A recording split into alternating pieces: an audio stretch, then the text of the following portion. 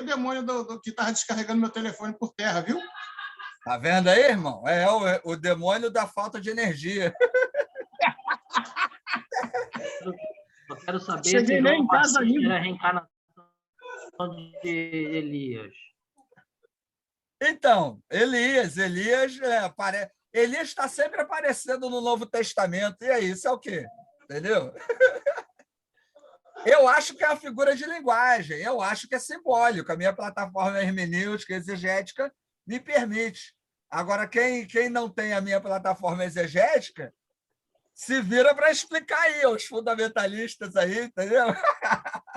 Esse é o problema do fundamentalismo. Tenta explicar aí. Agora eu vou ter que deixar de ser fundamentalista, vou ter que ser Esse é o problema, entendeu? Tenta explicar para mim a construção literária para dizer de maneira simbólica que os profetas estão presentes na atuação do ministério de Jesus.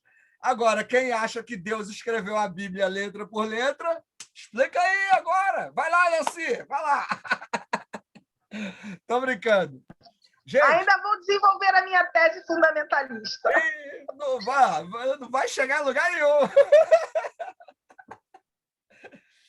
Vamos lá, gente. Só para a gente assim, fechar a ideia, mas eu vou fazer o seguinte. Como eu sei que é um assunto que não é simples, né? Não é fácil, porque a gente é cristão e a gente quer, de alguma maneira, responder a isso, né? Questões sobre reencarnação, demônio e anjo. Como na semana que vem eu vou dar aula sobre isso. Eu vou falar sobre reencarnação, anjo e demônio. Vou falar à luz do espiritismo e à luz do cristianismo, que aí a gente consegue comparar e tentar responder a essas questões.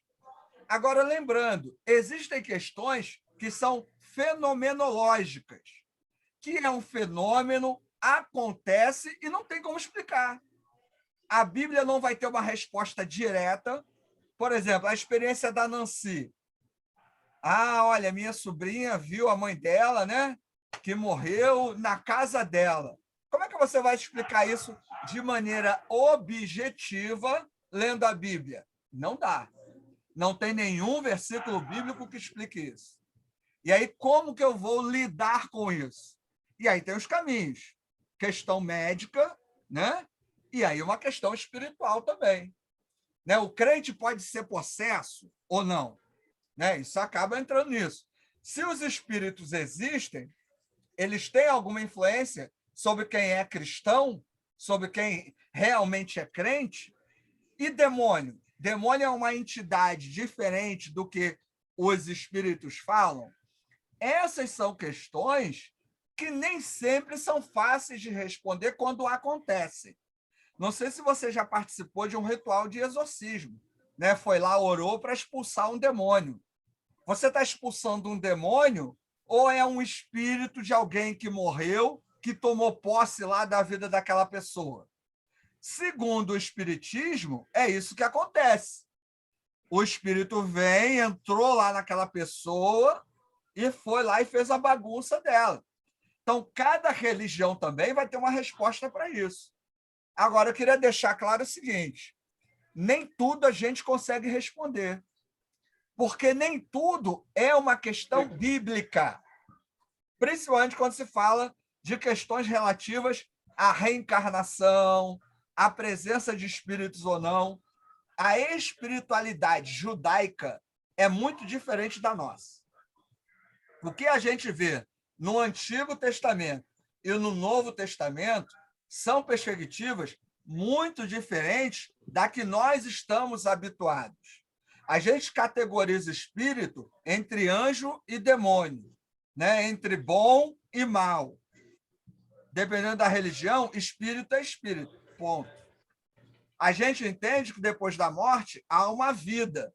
Outros entendem que é um ciclo. Outros entendem que, inclusive, o espírito ele pode não ir para lugar nenhum. É a ideia do Sheol, em hebraico. É a ideia do mundo dos não vivos. Então, não é simples responder a isso. E aí, aquela questão, Ricardo, e na minha igreja, como é que eu vou responder a isso?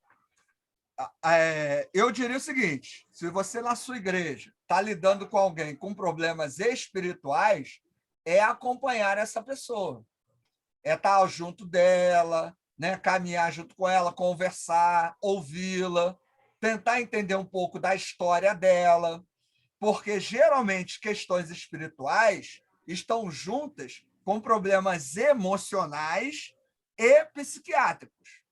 Então, alguém que tem questões emocionais fortes, vou dar um exemplo, o exemplo da Nancy, uma perda forte, ela impacta muito na nossa perspectiva de vida, né?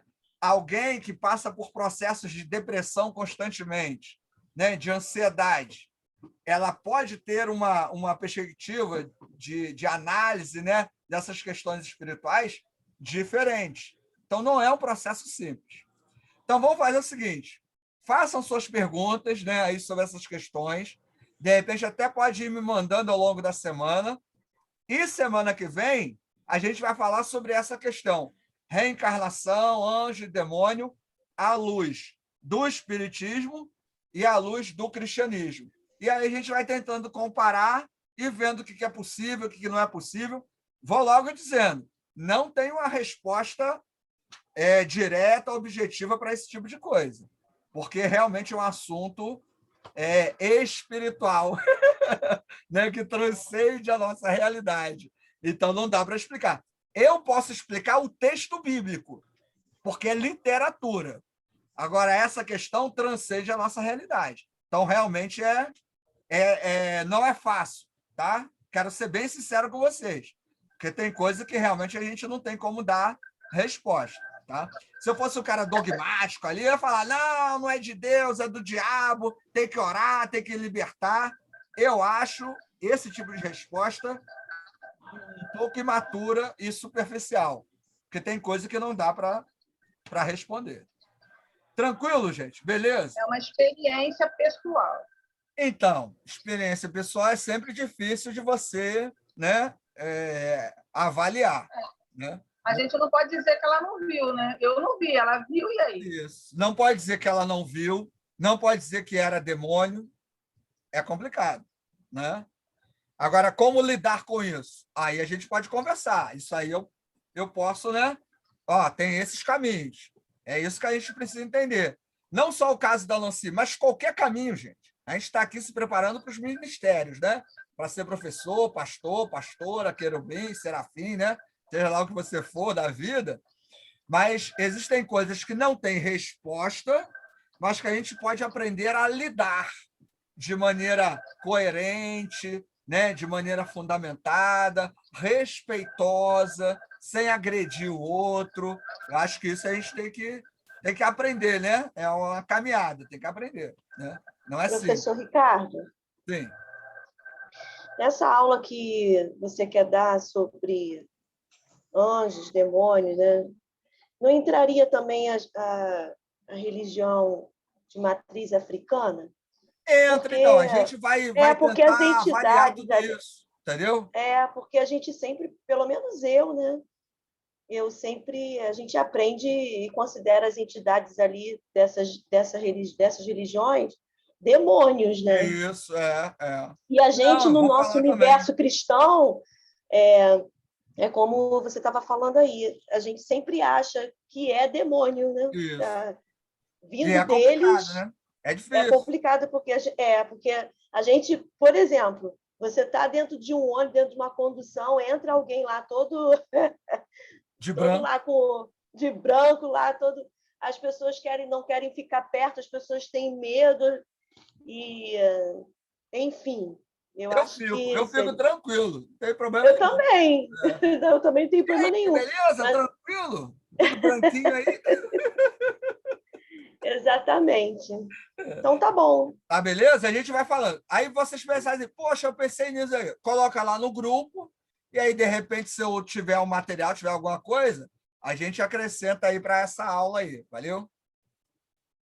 Tá certo, gente? Então, vou terminar aí para não invadir Come o até horário uma do. pipoquinha, né, Ricardo? Hã? A pipoca? Come até uma pipoquinha, né? Não, não como não, irmão. Eu fico com o pé atrás, não como não. Aí eu vou dar mole, né? Sei lá, né? Eu não sei. Não, como eu falei, né? Não sei, vou dar mole, não. Valeu, professor. Boa noite. Boa noite, turma. Valeu. Valeu, gente.